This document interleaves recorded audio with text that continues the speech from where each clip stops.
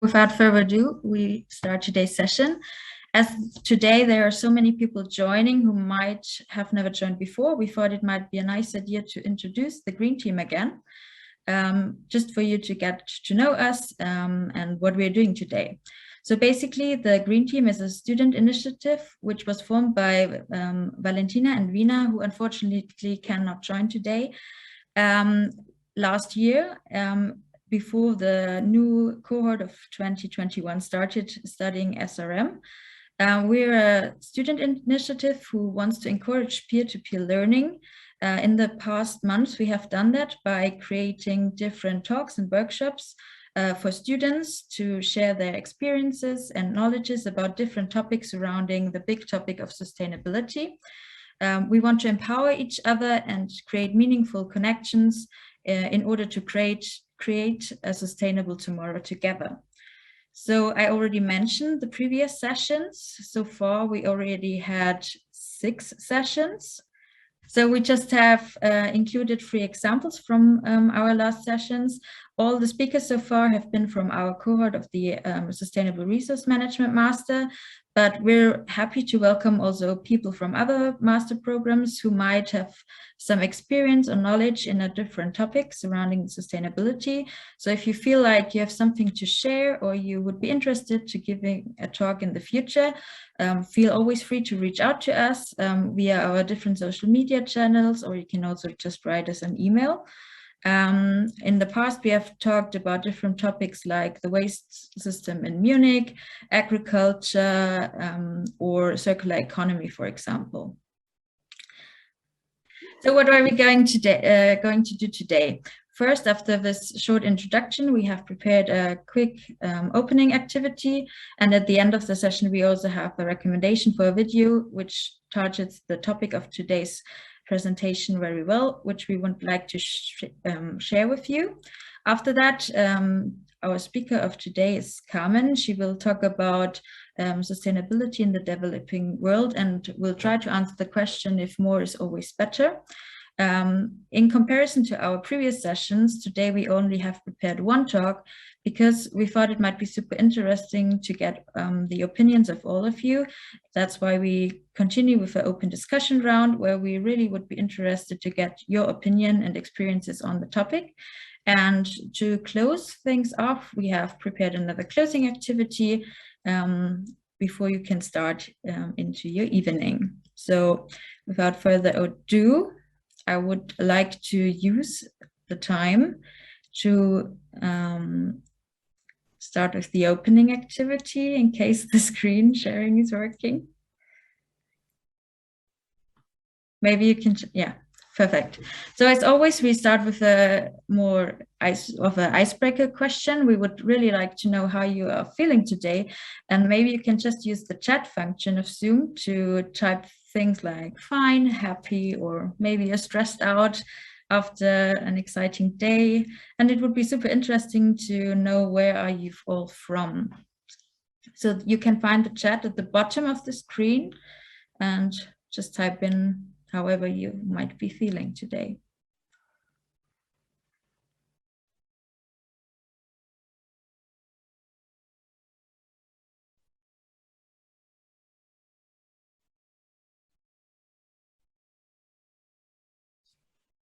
Okay, good to see it's mixed. Some people are fine and happy. Others are interested and excited for today's session.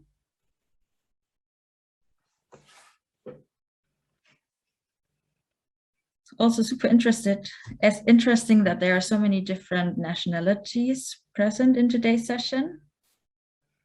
That's always really nice to get different perspectives on the topic we're talking about. I see that Mr. Konkowski is curious and looking forward to discussions. Also somebody joining from Tunisia, really interesting. So now that we know how everybody is somehow feeling about today and where you are from, I would like to use this presentation to introduce you to today's speaker. Carmen is one of our fellow SRMEs. She comes from Mexico and studied industrial engineering for her bachelor's. After that, she worked for 2 years in the industry until she realized that she wanted to take a different path where she could do more for our planet and the people in her country. That is why she decided to study the master's program of sustainable resource management at TUM. Her hobbies are reading, painting, cooking, hiking, and learning German. She considers herself a feminist, vegetarian, and animal lover with a special place in her heart for dogs. Today, she will talk about an often highly emotionally loaded and critically discussed topic. Let's welcome her with a warm applause. The stage is yours, Carmen. Thank you so much, Chrissy. I'm gonna share my screen. Just let me know when you can see it. Is it okay? Can you see everything? Yep. Yeah, perfect. Okay, then. So, yeah. Welcome, everybody. As Chrissy said, my name is Carmen Autrique. I come from Mexico, and this topic is really close to my heart, so I really wanted to talk about this. And so, yeah, with further ado, I'm going to start. The main question we're going to have today is whether more is always better or not. So I want to start first by just a quick overview of the outline. First, we're going to talk a bit about the gross domestic product and development, then about the colonialism influence and the consequences it has on consumerism, then also the developing countries' past and present society. Then we're going to have a bit of conclusions and solutions, and then just the discussion time. So to start off, how is development actually defined today? And the countries which are considered developed countries are the ones which have a higher GDP and have a higher HDI. What is the HDI? It's the Human Development Index. What does this mean? That it covers the basic needs, that everybody has access to education, everybody has access to a health system, there's more gender equality, and among many other aspects. So thinking about this, I want to ask you a question. You can just jump in if you know the answer, and just tell me, like, how is GDP calculated and what it is?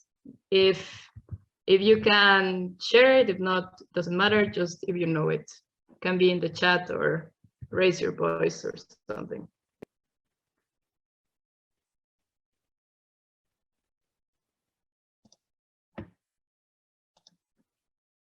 Okay, then. So I'm gonna tell you, and it's more important then, because there's still a lot of opportunity here to teach you what it is.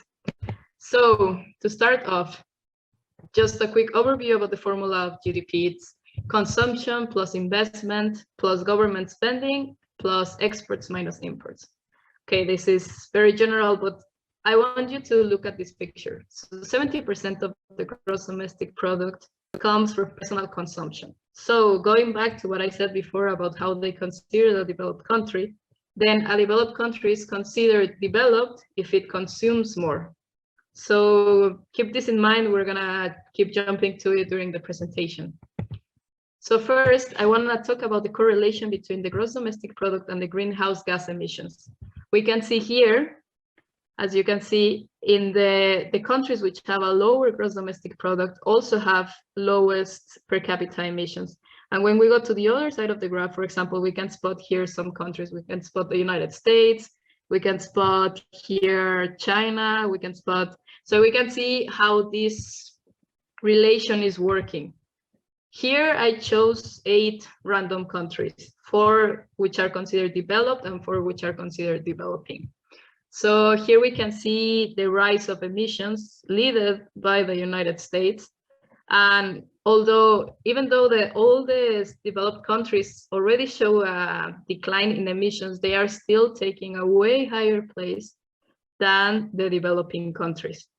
And then keeping these same 8 countries in mind, we can also see the energy use. So here we can see in this circle that I made, we have here these 4 countries which we have been talking about before, the United States, Finland, New Zealand, and Germany, and how they are considered higher in the gross domestic product per capita and also higher energy use. So thinking about this, on what basis are we actually nominating developing countries as such? We already talked about, like, developed countries are the ones which are emitting more emissions, which are consuming more, and which have a higher energy use. So this is the main topic of today. We're gonna try to change this perspective with different aspects. So first, I want to talk a bit about the colonialism influence. Most of the developing nations were colonized by a European country some centuries ago, of course, but this still has a really big impact on how these nations' lifestyle is and how this was developed. I want to give a quick example about Jakarta. So Jakarta was colonized by the Dutch, and the Dutch wanted to build a city so it looked similar to a Dutch city. So it looked similar to Amsterdam, for example. So they made these Dutch buildings and everything, and they made a lot of canals around the city. And what happened with these canals was that they failed to give them the proper maintenance, and these canals then became super polluted and were a really big disease source, of course, because it was just contaminated water. And what they did, they just left all the people originally from Jakarta living there, and they moved to the outside of that area. And with that, they built pipe water, so they would have clean waters in their homes, but the people were left with this polluted water. So the only option the people had to have a clean access to water was to take water from groundwater. So this is still a problem even today. Only 40% of the houses in Jakarta have access to water by pipes. Most of it is still groundwater. So of course, this causes that as they are withdrawing water from the ground, the city starts sinking more. And this has a really big effect. And in the end, it's not to blame the Dutch or anything, but it's still to realize how the colonialism still impacts our current societies. Of course, with colonialism, it's a really big topic, but it also came that some traditions were lost, the lifestyle changed completely for people, and also they started with the resource extraction from these countries. And what we have today, we have a lot of global north influence, and this is what I consider a modern form of colonialism. Starting from the clothes we wear, the phones we want to have, all the social media we're using. For example, most of the brands from clothing that we use or from phones and everything, they are coming from developed countries. So we are still really influenced by them, even if we in developing countries are not realizing how much it is occurring.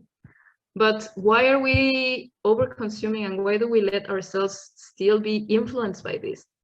So one of the main problems is that there is a rising disposable income, to call it like this. People are earning more than they can actually spend, like on their needs. So they have this surplus of money that they end up spending in to have the nicest phone, to have the nicest clothes, everything comes related then to status. So we have status signalizing products, which also mean social success and social status. And in the end, this is just causing a lot of pressure among the people. And we also have now on top the big influence that all the influencers that are having in Instagram, for example, that they are just showing what they're wearing and everything. And of course, we have teenagers in these developing countries that just want to be like them and just want to wear that. And also the companies are selling these new products as artificial needs. They make you believe that you actually need it when it's not true. It's not, you don't, but they make you believe, for example, that you need these new noise canceling headphones to improve your work, whatever station, and they just keep selling it to you like you really, really need it. And also they advertise more of what you could be with this product rather than how you could use it. And we also I also have here a very big point on food. No, it's just not only clothing and devices and everything, but also the impact that food is having. For example, we have the case of avocados. We had the avocado boom that everybody wanted to have avocados and make guacamole and everything, but this is having such a big impact on avocado producing countries. For example, back in my country, in Mexico, we have a lot of narco-related issues with avocados.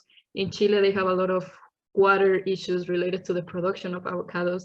And also we have, for example, the shark fin soup, which was sold as this aphrodisiac meal, and people are paying so much money for it, and it has such a high demand. And in the end, this is completely destroying our ocean's ecosystem, because sharks are key species which are keeping everything in control. So we are taking that away just for this aphrodisiac food. So I want to show you these two pictures of like some of the consequences our consumerism have. Taking about the right one, for example, the clothes, most of the clothes made today are not made to last. They're fast fashion clothes. So we're buying them cheap, but in the end we can only use it 1 or 3 times.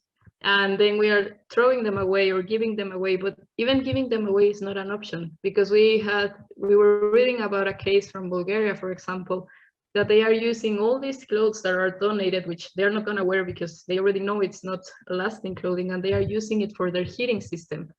So by burning these clothes, they're keeping their houses warm. But in the end, most of these clothes now are made out of plastic. So of course, this is having a really big effect on the people that are doing this, because they are inhaling all of this smoke, and it's a really long-term, it's really bad for the health in the long term. And also here I have another example of food waste, how it comes from supermarkets as well, because people are really pushing these demands, and in the end there's so much food that is not consumed, and also from our own personal waste. So just to talk about this a little bit deeper, I created a poll which Valentina is gonna share now. We'll have 2 minutes to answer it. Just answer it honestly. It's completely anonymous and it doesn't really matter. It's just to give you a further insight on this topic. Okay, so we have now 80% participations, so I think we can end it now. And okay, so now I think you can see the results of the poll. So in the end, how many new pieces of clothing did you buy last month? The average was none, which is really good, but also 41% was 1 to 3. And then we're gonna check the one of the leaders in a bit. And how many items of food? 1 to 3, that's the average.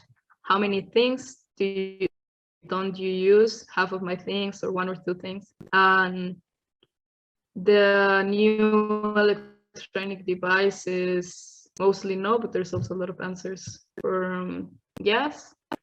And which, well, that one maybe it's not that correct. And okay, perfect. So with these answers, I just want to show you some facts. For making 1 single cotton shirt, we need 2,700 liters of water. So if you selected 5 shirts, or somebody selected 5 shirts, it equals 13,000 liters, which is what this average pipe is carrying. So just for that pipe, all the water in that pipe is needed for 5 cotton shirts. And with this, I would like to leave like a little kind of homework after this talk, that you can maybe go through your closet and see how many shirts that you have there you haven't used in more than a year, and just count them and multiply them by 2,700 and see how many liters of water you actually have stored in your closet that are not coming to any use. And okay, so about the food waste. Food waste is currently representing 8% of greenhouse gas emissions, and it's almost equivalent than the global road transport emissions. So also, besides trying to take more public transport, using the bike and everything, we should really think about how much food we're buying and how much of it we're throwing away. So like planning a bit more meals. And for electronic devices, for example, I have the example of an iPhone X. So for one iPhone X, it equivals to 79 kilograms of CO2 emissions. So for the average iPhone sold in 2018, it was around 80 kilograms of CO2 equivalent times 218 million iPhones sold in 2018. That is 17.4 billion kilograms of CO2 equivalent, which equals 17.4 megatons of CO2. To counter-effect the production of all of these iPhones, we would need to plant 1,700 trees around the world. And this is just for one single iPhone model in 2018. So keeping this in mind about the environmental price tags that our products have, I want to talk a bit about the developed world overconsumption with a case from the United States. So basically, one child born in the United States is going to have 13 times more ecological damage than one child born in Brazil. And it's going to drain as many resources as 35 people from India and consume 53 times more goods and services than somebody from China. And with less than 5% of the world's population in the US, they already use 1/3 of the world's paper, 1/4 of the world's oil, and they create half of the globe's solid waste, consuming 70% of the world's energy, and they account for 15% of the world's gross domestic product. And as we remember what we said before, it also equals a lot of the personal consumption. And topping this, US consumers are among the least likely to admit to be conscious of the impact they're having in the environment. So how do we sum this up, and what impact is it having on developing countries? So we have here a graph which is showing the growing material footprint. Here, the first line, this one is the material footprint. This one is the gross domestic product, and this one is the population. So the material footprint has increased 70% since 2000. And it is increasing at a faster rate than both population and economic output. And this already, we already had with this the Earth Overshoot Day on the 29th of July this year. So we are consuming way more than what our Earth can provide. And that's in general, but talking specifically about developed countries' dependence on developing countries, the material footprint of high-income countries is greater than the domestic material consumption. And they rely on materials from other countries through international supply chains. And on a per capita basis, they rely on 9.8 tons of primary material, which is extracted somewhere else. And 80% of the resources are used by only 20% of the population. So of course, we have such a big impact in developing countries because there are so many resources extracted, because also there are not that many policies in place protecting these resources. So of course we have foreign companies coming to developing countries to create their really big factories and everything to satisfy the needs from the people from developed countries. So it's really unequal how the situation is.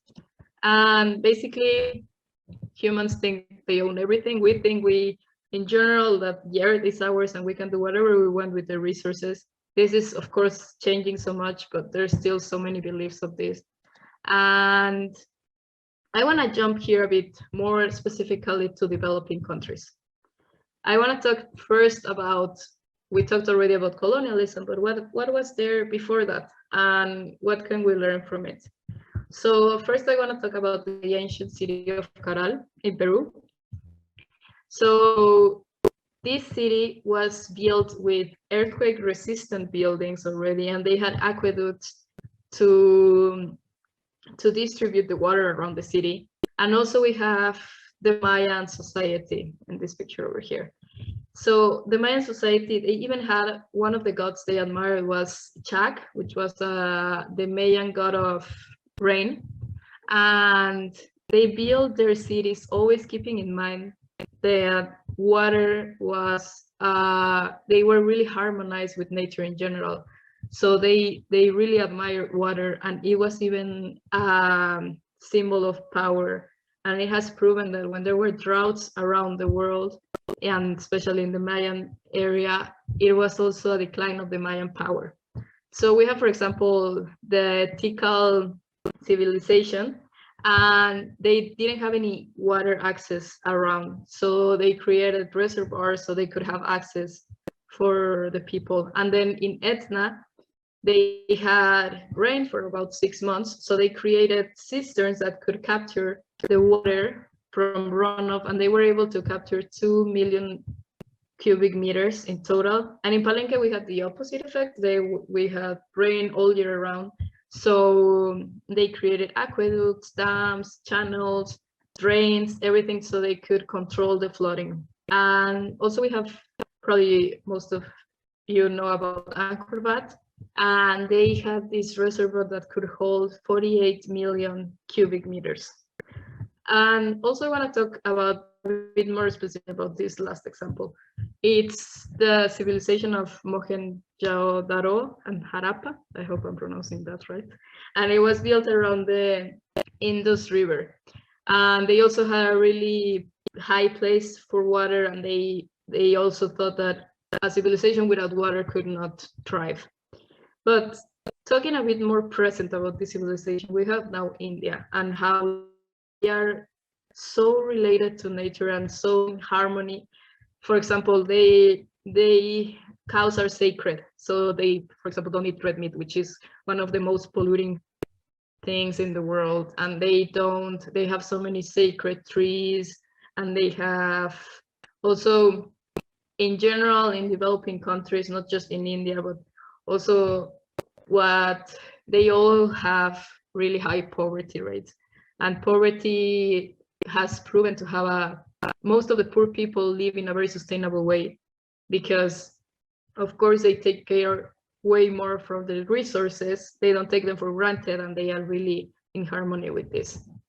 And now I want to change a bit the topic and talk about one of the main topics we still have to work a lot in developing countries. Because I already talked a lot about how developed countries are having this effect on developing countries.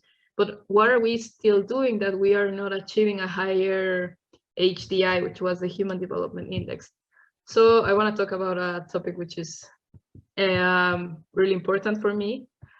And I want to talk about gender inequality. So let's go back to the same 8 countries that I had shown before. We have here the 4 developed countries, and here the 4 developing countries.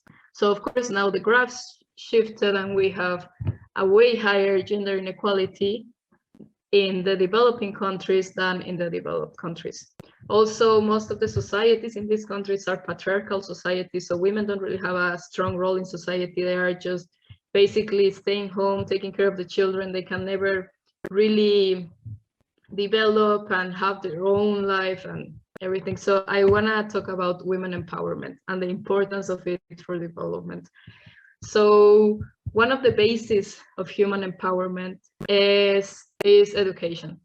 More than 2/3 of the world's population, which are illiterate, are women. And just 39% of rural girls are attending middle school. So we have a really, really big gap in education.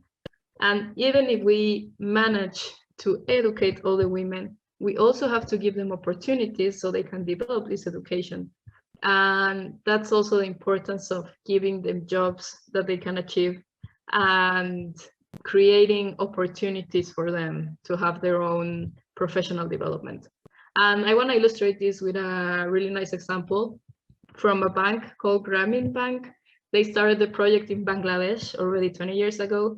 Now this bank is over 60 countries around the world, and 97% of the people who take loans from this bank are women. So what is this bank doing? They are basically giving small loans to people so they can start, like, to kick off their business.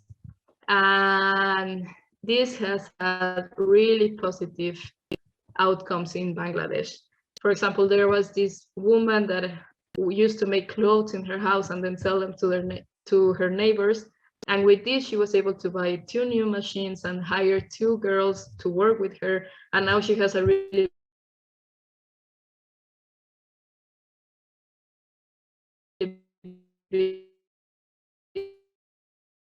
big clothing store. And many people, can you still hear me? I gotta, yeah, okay, sorry. I gotta think that my internet was unstable. Yeah, Carmen, maybe you can just repeat the last 2-3 sentences that you said because we couldn't hear them anymore. Okay, yeah, sure. But now you can hear me? Okay, perfect. So what this is causing, because of course, as I mentioned before, since they live in very patriarchal societies, this also comes hand in hand with a lot of violence towards women. And because men feel that they are superior, so they can do whatever they want with women. And what this caused is that women were able to emancipate, because a lot of people cannot leave their homes and can escape from this situation of violence because they don't have any money to do it. They completely depend on their husbands or completely depend on their families, and this really creates an opportunity so they can emancipate.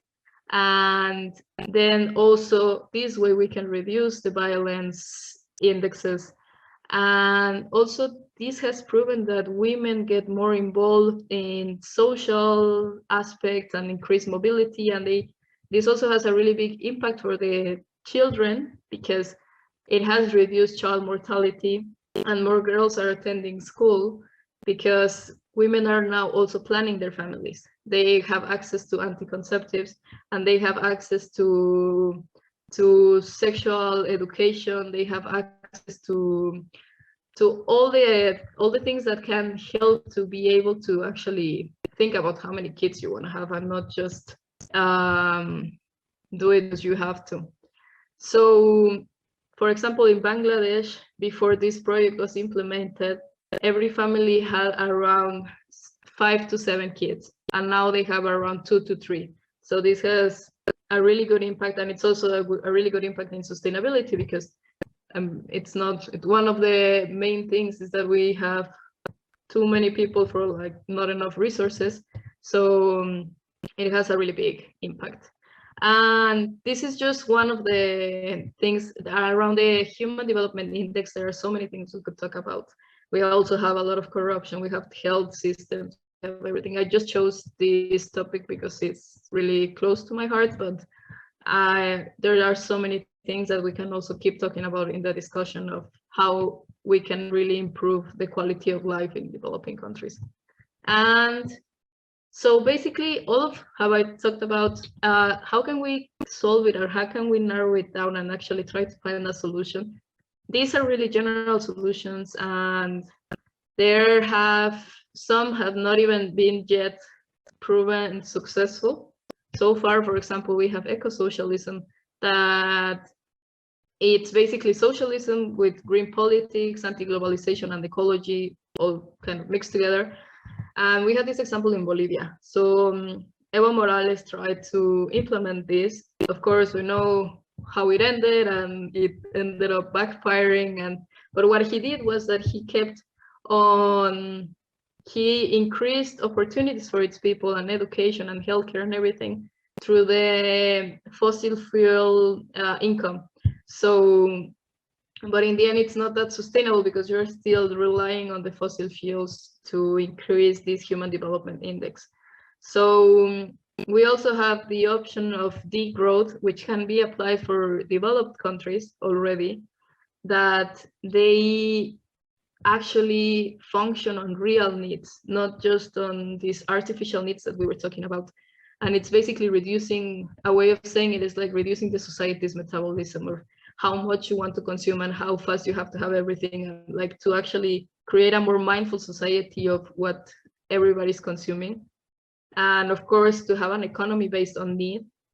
And already this is a reality in many countries, because not that it's an economical background or anything, but they are already living like this. So it's more of getting inspired by it, and how we can, not leaving the people behind or anything, that they can still achieve all the personal needs or all the needs they need to have a good quality of life, but not having to go into this path that developed countries already took. That was this post-Second World War idea that everything has to be industrialized and grow and grow and grow, and just produce as much as you can. And I mean, now it's completely different, and these societies, we should try to develop them in a sustainable way. And I completely agree that I'm really glad that the Human Development Index is also taken into account when measuring if a country is developed or not, but also just keep on measuring it by that and the sustainable development goals, but not exactly of how much the country is consuming. And well, as I said before, of the ancient civilizations and everything, like going back to our roots and learning how the people before us actually used to live and try to live in a more sustainable way and harmonizing more with nature. And of course, women empowerment, and we need to improve health systems. We need to improve so much in the quality of life from developing countries. But on our personal basis, what we can do is be more mindful about what we're consuming, and really really give it a second thought when you're buying something. If you really need it, try to get it from secondhand shops. For example, try to rent clothes that I know it's possible for, like night gowns and all of this. So it's like trying to be more mindful about how we are consuming and our consuming pattern. And just to close up, I want to show you this image that I found today. And while poor countries are not underdeveloped, they are overexploited. And this was by the writer Michael Parenti. And basically, this is what we were talking about. And just to, I would really like to engage in these discussion topics with you. As a disclaimer, I know how all the contradictions against naming countries as developed, developing, global north, global south, all of these terms, we know they are not the best, but currently we don't have really another way to name them. So I would like to know from your side, if you think that developed and developing countries need a revolution, if the concept needs a revolution, what would be a developed country by definition to you, and which other name would you give them?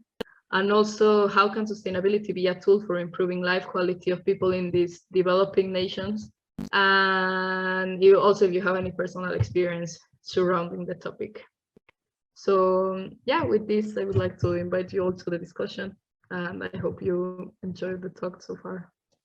Actually, I would like to give an example about this GDP idea.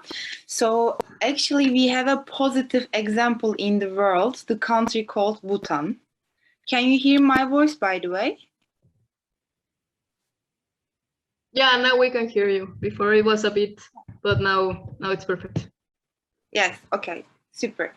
So there's a country called Bhutan, and Bhutan is the only carbon sink country in the world, and they are not using GDP for calculating their improvement levels or their economical levels or country levels or whatever they are calculating for. They are using gross national happiness, GNH. If I'm not mistaken, they are calculating gross happiness, but I'm not sure about the middle word. Gross national happiness it must be, and they are calculating this by looking really important metrics such as environmental impact, government impact on people, and those things. They are calculating this metric, and also. The 70 or 70+% of the country is still green, and they are increasing this percentage. I think my definition would be this gross national happiness for my country, for all the countries in the world, so that we can create environmentally friendly world together. And I think by this we can just create a revolution in the world, I believe. And this is wonderful because we know that it is possible. And also, I would also say one more thing. At the beginning of the presentation, you talk about the colonialism, right? Bhutan is not a colonized country. This is a great example for what you told us, actually. It is between China and India, but it is not colonized. So it is really strange after what you told us. So that would be my example for this topic. Yeah, thank you so much. It's really interesting. And exactly, that's what we should aspire for and what we should try to do, because it's such a nice idea. I actually hadn't heard about it. I knew it wasn't a colonialized country, but this is really so nice. So thank you so much for sharing. And I see also that Dr. Konkowski has his hand raised. You can. Thank you. Thank you really a lot for the great presentation. As I just wrote, maybe I can skip that topic now and leave it to you in the lecture. Now, really good. I can't really dive into the discussion about measuring right now, but I have certain issues with the happiness index as well. And Bhutan also has a lot of issues with emancipation and democratic aspects. So maybe I dive into the first question, because at the beginning of the presentation, I just thought, yeah, that's like the hegemonic idea of development. That's like the policy relevant definition of development. It is a very strange concept. Those of you who maybe took part in my lecture know that I have a lot of issues with the concept itself, because it generates the idea of that societies get better somehow. But I think too that we need to redevelop that idea. The problem I see with that is that we are still focusing a lot on nation states and states themselves, and that I think is one of the big issues that we have. And that leads me to the next thing that I wanted to add to the discussion a little bit, maybe, that it's not so much that we have like a focused high consumption only in the developed states, or that there is only low consumption in underdeveloped societies, but that overconsumption is more or less globalized. Of course, you're absolutely right. There are huge differences, but it is in a way a globalized phenomenon that we have to deal with. That all these needs that you were talking about, even though we could spend hours on discussing that term as well, is that it is so much intrinsical involved in every society nowadays, that all societies think to a certain degree that they need to have material growth, that they need to consume so much, that you made a great point about social media influence and so on, that those issues are nowadays globalized. And maybe I get a little bit backwards there, because the overconsumption thing, that was great that you pointed that out. These changes of lifestyles that you mentioned early on with the era of colonialism, that laid more or less the groundwork for that, what we see today, that this idea of consumption falls on very fruitful soil, that all these societies have been changed, transformed in a way that they all function nowadays like these industrialized countries that we call like the old European countries and so forth. And that is a huge issue, because nowadays it's really difficult to talk about let's develop in another way or let's consume less, because for a lot of people it's part of their dream to become emancipated or become self-sufficient. Like your example with the Grameen Bank is again a system that works within the boundaries of our predominant economic system. And it's really difficult, I think, to change these structures, because this system that we live in is more or less based on the idea of overconsumption. We need that thing to drive our economies forward. And as long as you have these discussions that are more or less the dominant discussions out there, it's really difficult to change that, because degrowth and stuff like that will always be contested by those who say, no, we need jobs, we need this kind of thing to support for us. And that's the huge issue that I see, that you really pointed out well, that we live in a world that is basically doing the absolute wrong thing all the time, and we know it, like with the overconsumption of clothes and food, but we seem to be unable to stop that. And yeah, I think that was really, really interesting, really, really great. And thank you so much for the great presentation. It was really interesting. Yeah, thank you so much for the for the comments. And going back to one that you said also, that the problems is also are also in the developing world and how we are consuming. I see it that how people earn like the minimum they need to survive, but anyway they are still saving up. Instead of for paying a debt or something, they save up to get an iPhone, or they save up to get these clothing that they saw from the influencer. And it's really sad that instead of like cultural change, like instead of actually trying to improve their current lifestyle, they just want to be more like these people they are seeing. So yeah, I think it's a really good point that it's happening all around the world. So thank you so much. And I don't know, I haven't checked the chat. Maybe there are some questions there. Yeah, Joshua, you can go ahead. Hello, can you see me? Hi. Yeah, we can see. Yes. My name is Joshua. I come from Uganda.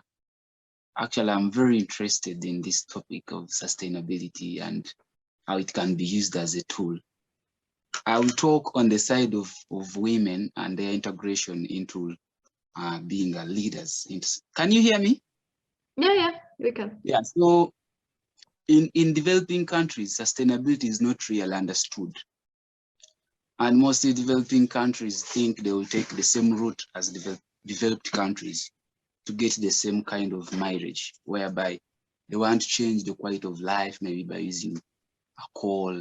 In Uganda, we've just recently discovered petroleum, and there is no way you will tell a country or such governance to go into that kind of renewable energy, and they leave the money. So in Africa as a whole, sustainability science is still at a nascent stage, whereby it is understood by a few who have gone to school, and it is also understood at institutional levels. It does not actually go down to the people. And the worst case scenario is the mindset. The tradition is highly ingrained in the way we behave, the way we live. Look at my culture in my country, whereby a woman is not supposed to do something, a woman is not supposed to do this. How do we change that?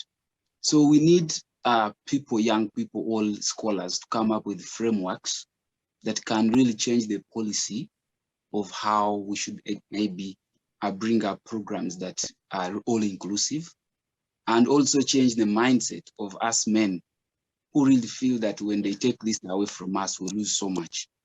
So, and from the look of things, women do a lot. The little sustainability mileage that we have right now, women do so much, and men tend to, I have a background of a forester. I did forestry, and I understand in terms of agroforestry, whereby a woman will take more steps to make sure there is a certain kind of, maybe a certain tree that gives a certain kind of benefit, and men are never interested.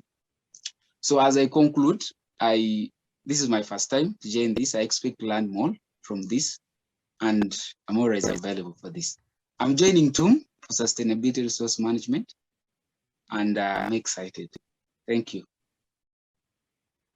Thank you so much. I think like everything you said now was really interesting, and exactly like there's not like a single formula to call it like that on how a country can be sustainable, because every country is a complete different story, and we cannot use the same definition of sustainability that we have used for all of these developed countries, for countries which are still fighting this poverty index.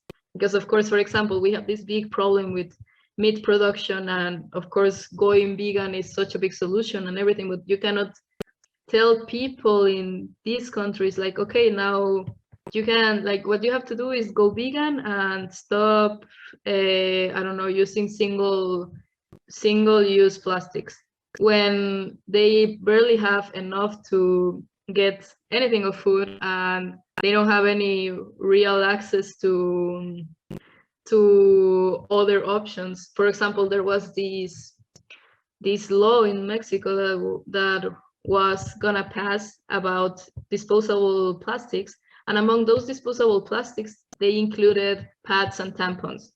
And they were like, yeah, we just take them off the market and all women have to wear the menstrual cup. But in Mexico, there are still so many villages and so many people that don't have any access to any water, any clean water. They don't have any sanitization. So of course, the menstrual cup is not an option for them.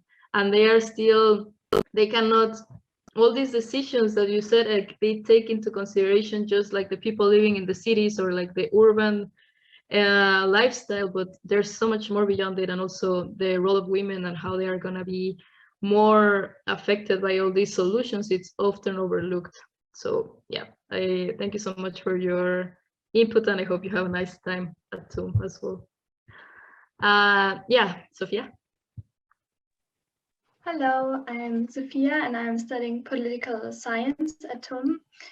And one thought I maybe wanted to share is that I think that it could be one problem that developing countries are developing into a similar direction as developed countries, because developed countries, I don't want to use these terms, but yeah, you know what I mean, that they are so dominant in social media, in media coverage, and in the general global conversation. Sometimes I think it's so sad that we are not looking at more little countries or countries which are not that covered. And sometimes I'm looking at policies which they implemented and they were so successful and so powerful. And I think, but where does anybody talk about it? I think it's so sad that we are often only talking about, for example, the US, China, France, Germany, all these countries. And we are not looking at ways which, yes, are implemented in other countries. For example, I looked at Costa Rica last year in one of my study programs, and I was so impressed about their development way, because I think in the 80s it was a country which had like the highest deforestation rate.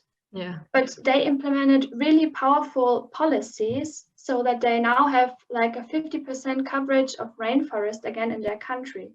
And I was like, how do I not know that? This is so interesting. And I think this could be a way, especially in the whole world, to kind of shift the way at which countries we look. Like, I hope it was, you understood me, because my English is not perfect. No, I completely understood. Yeah, I think you have a really good point, because often what is heard most about these countries are, I don't know, for example, the crime index and how much, I don't know, like there's all the information that is in the end not good for like the kind of global image from these countries, and all of these things are, they're completely overlooked. And I think there really has to be a different like media coverage on that. And also, for example, like what you mentioned about the United States, and I also had here my case study, but I also wanted to mention, like, I mean, the United States is one of the most developed countries, but in the end, they have now a society that is completely collapsing. So why would a country aspire to get there when there's this human development index? Even if they have it high, okay, people have access to education and everything, but it's so segregated. And I think it's also important to look at that and analyze and like look critically at how we see these countries. So yeah, thank you so much for your input. And Chrissy, you also have your hand Yes, raised. I just wanted to use this opportunity because we touched the topic. If you remember, we also mentioned at the beginning we found a really interesting TED Talk, so maybe Valentina can share the link also now. It's from someone from Ghana, I think, and he really made clear how sometimes also developing countries obviously have so bright ideas on how to improve quality of life and sustainability, but somehow they don't get the attention that would be like the right thing to do, right? If it shouldn't matter in the end if a bright idea comes from a developed or a developing nation. It's just about the idea. But somehow in our mindset, we really need to work on that. So that also led up to a lot of interesting discussions in our preparation meeting. So we would really recommend looking at that video.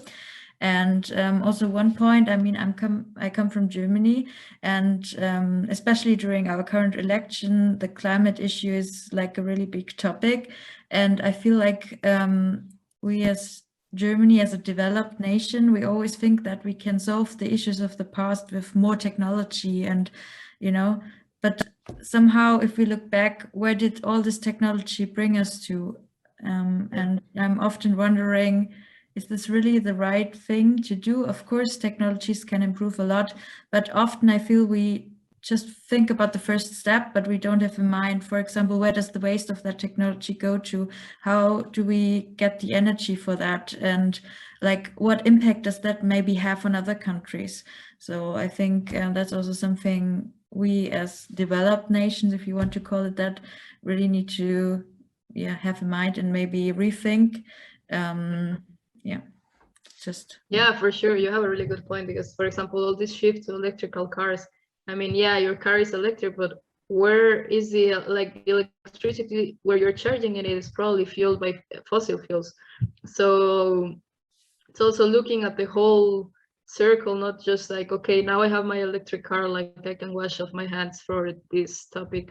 And also I think like a lot of people, okay, I don't want to offend anyone, but I think a lot of people are like expecting that Elon Musk comes and saves the world with a new invention, and it's like, and then in the end, we don't need more things. We don't need any, we don't need anything else. We have enough in our hands to actually save the planet and reduce our emissions and everything. We just really need a societal change and a cultural change in order to achieve this. And we really don't. Also, talking about all these sustainable products, like, of course, it's better to switch from a plastic toothbrush to a bamboo toothbrush or something like that. But there are also so many products that are sustainably advertised. Like, yeah, it's made out of 20% recycled plastic, and some things are, and that's really good. But we also have to be critical about that and actually research if not just being led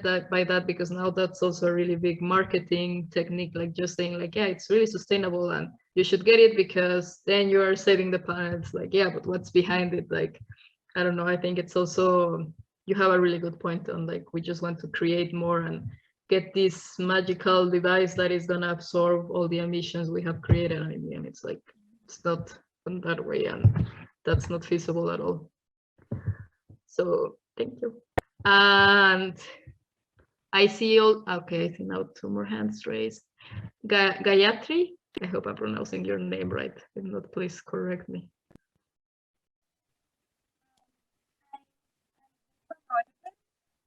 We cannot hear you. Maybe you can put your microphone closer, or. Hello? Am I audible? Okay, just a second, I think. Yeah, now we can hear you. Yeah, perfect. Oh, okay, great. Hi, so I'll be joining Sustainable Resource Management this winter SEM. So I'm actually from India, and I worked as a hydraulic modeler for a couple of years. So mainly for clients from the UK. So one thing that I did for them as part of our work was something known as sustainable urban drainage, which was really interesting because it's utilizing swales and things like that for stormwater management. And that's something that I've not seen in the Indian urban drainage systems.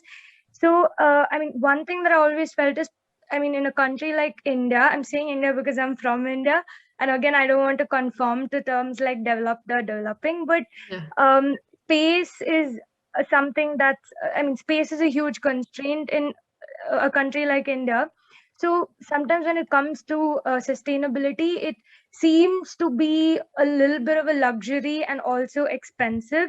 So I think that, I mean, like you've said before, I think that is something that we're sort of struggling to achieve, because I always wondered, okay, why not implement something here? But then you think back and you're like, you don't even have space to park vehicles. So where is the space going to be to implement sustainable urban drainage? So I feel, I mean, something like SUDS would definitely make sense in an environment where drainage really matters, especially in a country like India, where we have monsoons and a range of seasons. But yeah, to what extent is it really possible? It depends on, I mean, I don't know what it depends on. That's something I'm hoping to learn, but but yeah, I mean, it does come across as a little bit of a luxury, and trying to understand to what extent it's possible to achieve it seems like a challenge. Yeah, I get what you mean, that like your point was that there's like too much at stake and too many things that need to be like considered before and kind of fixed in a way before being able to do all of these measures. No, did I get your point correctly? Yes, that's exactly right, because I mean, because I see how organized the drainage systems and things like that are outside. So I guess it's a very general question that comes up to your head. Okay, why not? Why is it not possible to implement it here? So and then you realize, okay, there are lots of challenges, and definitely, like, maybe like you said, it's the population and the fact that we're still coming up in different respects of life. That's probably why it's a bit of a constraint. But understanding the different aspects that govern that sort of a development, yeah, that I think will be really interesting to learn about. Yeah, of course. And there are so many, I think there are like so many steps that have to be done before being able to actually implement that. But I think that's also like part of why, like, I guess like the sustainable development goals exist, that until all of that is fixed and you can start implementing all of these new technologies and use them like as you would use them in a developed country, the way I see it. Right. Yeah. But yeah, thank you so much. Yeah, thank you. And Golnaz, I hope I'm Hi, pronouncing can it you right hear as well. me? Yeah, Yeah. that's right. My name is Golnaz. I'm from Iran. Aside from all the points which were mentioned, I'm currently, by the way, studying entrepreneurship, and my master thesis is related to our topic, identifying the drivers of sustainable entrepreneurship. I just want to point out that I have faced many challenges during my study and my survey. I actually designed my questionnaire, and I was hoping that I can gather data. But in this section, I have really most of the problems, because the definition of sustainability is not known to most of the people. So I have many challenges with the questionnaire itself. And as I did my pilot study, I came to the conclusion that, okay, I have to work really hard trying to gather data. And the other problem, which I'm facing now, in the context of Iran, we do not have so many surveys or researchers in this area. That's the real problem. Going back to my internet connection is not stable. Am I right? Can you hear me? No, I can hear you. Yeah. Okay. So going back to my first point, the data gathering is have large problems in that area. I cannot find similar studies in this area, although there are lots of studies done in developing countries, but we cannot use the data or the findings and use them for developing countries. The context is so much different that the results don't apply here. That was just all the points that I wanted to share with you all, guys. Thanks for listening. Yeah, thank you so much. And I get what you mean. It's what I was mentioning before, that there's not like one formula that we can use for all the countries. And also I think like the definition of sustainability is I don't think it should be fixed, like what it's exactly this. I think we can, like, it's really depending on the situation, really depending on the country, on how we measure how sustainable it is, and all the aspects that we need to consider. But yeah, thank you so much for the input. And I think, I don't know if there are, yeah. You're welcome. Yeah, Atul, please go ahead. Yeah, hi. So in the similar context, a simple thing I believe is that, like, I'm a marketing student, so I understand how sustainability words are played around and in different contexts they are used. And like many times it is definitely happening that they have simply no meaning. So I believe that there has to be a context when the word is getting used and what exactly it means, and it should be easily understandable to all people, because general public is so busy in their day-to-day life, they do not understand what is 20% plastic-free product or something like that. So there has to be an educational format or contextual format to the words that are getting used under sustainability. Yeah, for sure. And there are, like, I think so many definitions that are used, for example, in media and all of these new reports, and it's in the end they just, I think, jump to the definition, but actually, like, you're completely right, like there should be more education, what's the background of it and how is it actually defined, so everybody can get a better understanding of the whole situation. Because in the end, like, for example, me, I had a background in industrial engineering, and in the end, there were so many new terms now that I started studying this master's that I was completely unaware of, and I had seen them before and everything. And I think you're completely right that we need more education, like more sustainable education. Yeah. But thank you so much for the input. And is there any other question? If not, I think we can close the session with this. Thank you so much for joining. No, not close the session, sorry, please Not stay. completely. I close my part. I'm sorry. No problem. But thank you so much for listening to me and for the debate and everything. It was really, really interesting.